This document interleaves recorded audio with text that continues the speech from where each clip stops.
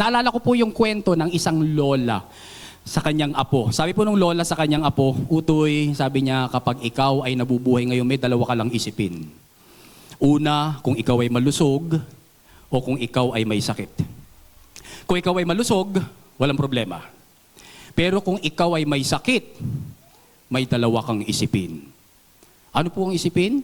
Pag may sakit ka, it's either na ikaw ay mabuhay o ikaw ay mamatay. Pag nabuhay ka, walang problema.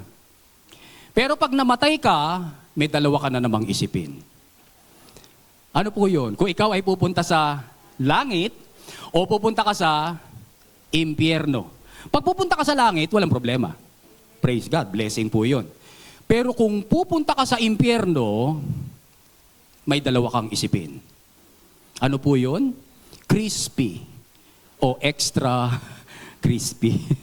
Yan po sabi nung lola. So nakuha po ngayon mga kapatid, nung apo niya, ayokong pumunta sa impyerno. Joke lang naman po yan mga kapatid, pero makikita ho natin na pinag-uusapan po dun yung kaligtasan. Malinaw na pinahahalagahan po dun sa illustration, yung kaligtasan.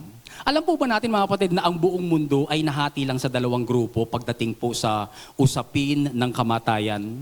Una po ay yung mga naniniwala na pag namatay po sila, ililibing po sila sa eternal, pag nasa ilalim na po sila ng lupa, wala na. They will cease to exist. Tapos na.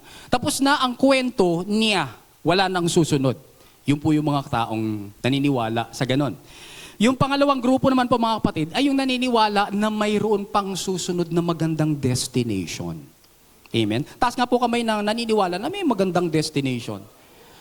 Tayo pong lahat, bagamat mayroon ding pangit na destination. No? Para sa ating mga Kristiyano, ang tawag po dun sa magandang destination na yon, after you die. No, if you're a believer,